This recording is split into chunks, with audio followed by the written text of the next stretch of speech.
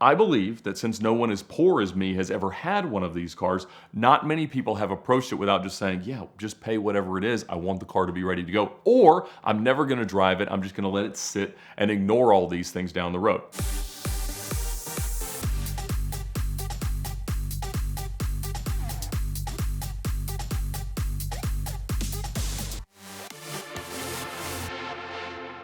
About a month ago, I bought my dream car, a 2012 Bugatti Veyron Grand Sport, and I've made a ton of content about the dream and how that developed, and cars that I've driven, and cars I've tried to buy and failed, and finally the one that I bought, its crazy celebrity past, driving that car and things like that. And in the content about the one that I bought, there's obviously a ton of comments of how much did you pay, how did this all work, and people that really wanted to dig into the numbers behind the transactions. Now, in normal conversation, perhaps that's inappropriate or whatever, but this is YouTube and the normal rules don't apply. I'm making a video today to talk through all of it. I'm not trying to flex or anything like that. In fact, I'm very much trying to show the opposite. Between all of the repairs that I'm about to have to pay Cameron Davis at DC Motorworks for on my Lamborghinis and this, it would be easy for you to assume that some aristocratic great-great-grandparent had finally passed away and that I've come into a lot of money. That is not the case. I have come into a lot of debt, and I'm going to explain that to you here in today's video. Now, there was a time where you could buy a sub-$1,000,000 Veyron in the US, and of course, those days have come and gone. I type into Auto Tempest every morning just hoping that one with the right combination of miles or a bad spec or some service needs might pop up. But I've seen cars sell in the 9s, Stradman bought his in the 8s, a couple sold in the 6s even, but those are not available anymore. I made some offers on some cars that should have been in that $800, $900, $1 million price range, but nobody wants to sell. And so the cars that are out there really listed for sale start at about 1.2, 1.3, 1.4 for an early 06 or 08 coupe. And obviously the sky is the limit from there. Vitesses are bringing 3+, Super Sports are bringing 3 to 4. There's really not much chance left to buy one cheap. And that's one of the reasons why I made the video saying I'm going to buy one now, because I do honestly believe that the cars are going to go up in value. Now here on VINwiki, I talk a lot about cars going up in value, and that really has been to this exact aim. I knew that the only way I was ever going to be able to buy one of these cars was to pool the equity in several of them, put it all into one place, and finally make one work, and that could only work if the cars went up in value. To be honest, quite now, I'm just like, let them stay cheap, let them be easy to insure, stuff like that. But I don't know exactly what's going to happen. I do believe that these are undervalued, and that's because there is one specific reason. Of the 14 Grand Sports that came to the US from Bugatti out of the 58 that were built, 6 of them have sold in the last year. And they have ranged from a non-running car, a little cheaper than mine, all the way up to $3 million for a bare carbon and aluminum car at an RM auction at Moda earlier this year. And so when I was out there looking for coupes, suddenly the Grand Sport started to become available. The first one that I saw was actually the matte white car that Floyd Mayweather owned for quite some time, and it showed up in the 1.7 range. And I'm like, man, I mean, that's starting to be almost the same as what people are asking for really nice early 16.4 coupes. Maybe a Grand Sport is possible if I could find the right one. And the fortunate reality is that apart from 2 or 3 of them, most of the Grand Sports have been driven, have some history to them, and are generally kind of my kind of cars. Now, other than the one that went into the Galveston Bay, I have never been able to find a branded title US Bugatti Veyron. So the ones that I would really want, but the ones that I would have had to pay cash for, I haven't really been able to dig up, and so nothing has made just a ton of sense. But then a few days later, another Grand Sport popped up, the one that I came to buy, a red over red with red and silver wheels, 2012 car. The first one with the Super Sport wheels, the only one with the clear taillights. Awesome. I loved the spec. I've come to learn that many of you don't. Couldn't care any less. I think it's awesome, and I loved the celebrity provenance in its past. That has served me well with the Missy Elliott Spiker, with the Paris Hilton SLR, and things like that. Now, in the last few months, I have been selling all the cars that I could manage to emotionally part with, shall we say. So I sold my 2007 Lamborghini Murcielago LP640 in Monterey Blue that I'd sort of accidentally bought on Cars and Bids. So I put the equity from the blue LP640 that I sold with the equity from the GTC4 Lusso, the money for the 6-wheeled Range Rover from CarTrek, the money for the Rolls Royce that we raced across in the US Express, and 3 out of the 4 Cayennes from the Sway project that I sold. So the combined equity in all of those cars was just under $600,000, and that would be my down payment or my cap cost reduction to purchase the Bugatti. Now, it was listed by Bugatti Broward for $1.69 million, and I could see from the pictures that there were certainly some needs, which was going to help me in negotiating it, hopefully way, way down.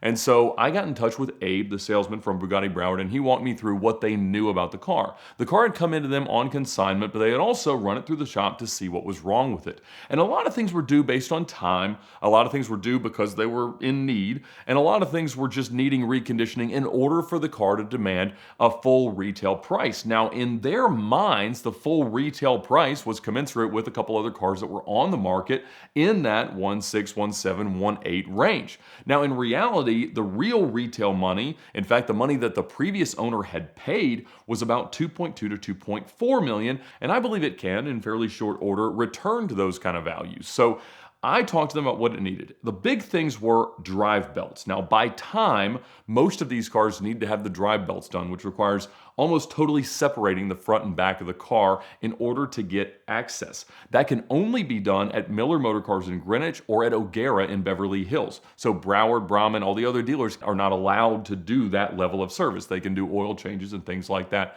So it needed that, and the quote was $60,000. Now, of course, this is at a very high hourly rate. The parts are expensive, but I mean, holy cow, 60 grand. Both of the front axles were leaking. This is really common on Veyrons, and so I'm hoping that they can one day be rebuilt, but at the end of the day, there's some grease coming out of them. They rotate. Everything seems okay for now. We'll see how long, but that was another $30,000. The car needed tires, which at one point were $22,000, then they were $35,000. Now they are $45,000. The wheels were painted black. I wanted them to look more original. People have told me that they should still be black. Who cares? I wanted them to look like that. And of course, I'm at this point negotiating with this guy, trying to explain why the number has to come down and itemizing this deduction for him to relay back to the consignor. The inside was pretty rough. The dash was stretched. The seats were wrinkled. It looked like they'd been parked outside with the roof off a few times. To redo a Veyron interior, 30 grand, maybe more, much more if you had a factory authorized source do this or even sent it back to the factory. There's evidence of some paint work on the nose. There's also different materials there, and so perhaps it's just faded or whatever, but I'm telling them we got to repaint at least the front of the car. And there's never really been a clear bra on it that we can tell. There's some rock chips and things like that that have been touched up. Nothing that would interfere with my enjoyment of the car. But as I went through all this, we're creeping up at full retail money, $200,000 or so in the car. And so my first offer to him was about $1.3 million.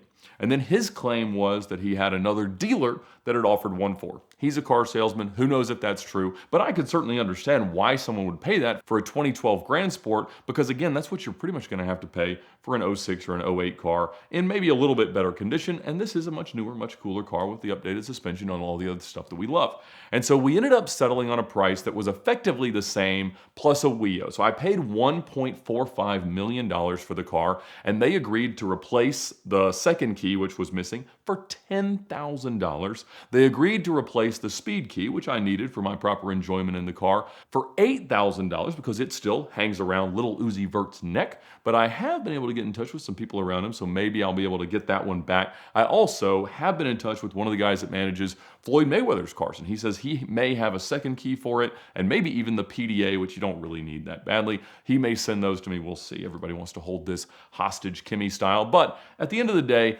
other things are being assembled. He also did a service to the car, not a full, comprehensive, every possible thing service, and there were a handful of other things they checked over. It needed a new battery, which they charged him thousands of dollars for, and so ultimately, I don't know how much they made. It wasn't all that much, and I bought the cheapest one that has sold in years and years. Now, like I said, there is one that has sold since then that will not start and needs to be massively serviced in order to start for just a hair less than that. A couple others sold for well over what I paid, and now there are no Bugatti Veyron Grand Sports for sale in the US, so we'll see what happens. Now, as I said, I did not have $1.45 million laying around, nor was I going to immediately address all of these concerns, because fortunately, the car was drivable. I went down earlier this year and test drove the car sort of as our negotiations began, and as those initial offers were made, and it took several months for him to negotiate with the consignor to get him to accept my number. Now, I couldn't afford to buy it, so I needed to finance this car in some way. So my first call was to our sponsor of 7 years now here on VINwiki, Premier Financial Services. Now, beyond their allegiance to the channel, obviously, and their ongoing support, the real reason why Premier is the go-to company for loans and leases like this is because there are not many even exotic car-oriented banks that will loan more than $1 million or more than even $700,000 for a car. And so I knew they were going to be the go-to. I was going to be financing a little back of $1 million. And the benefit of Premier Financial Services is that since they call it a lease, and it really is structured legally as a lease, you get a lot of tax incentives, especially as a small business owner, that can make it a little bit easier to manage the car. The other thing that's great is when you do have a big down payment or a cap cost reduction, which is what you call a down payment in a lease, you're also kind of narrowing the gap to the residual. Now, generally speaking, in a Premier Financial Services lease, you'll have a 10 or 20% cap cost reduction, plus some, taxes in the first payment and all that stuff, all itemized as what is due at signing, and then you'll have a residual set 48 or 60 months out. And on a car like this that's already, established in its value, they can push that as high as 50% or so.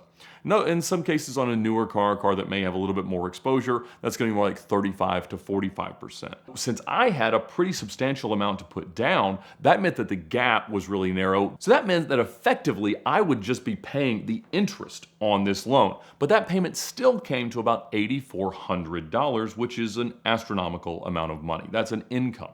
Now, I can float that for a while because I do still have some money left in my checking account, and hopefully still a bit left after I pay Cameron's bill, which is going to be a lot less than some of you seem to think. But it's going to be manageable. It's not going to be cheap. Nothing ever is.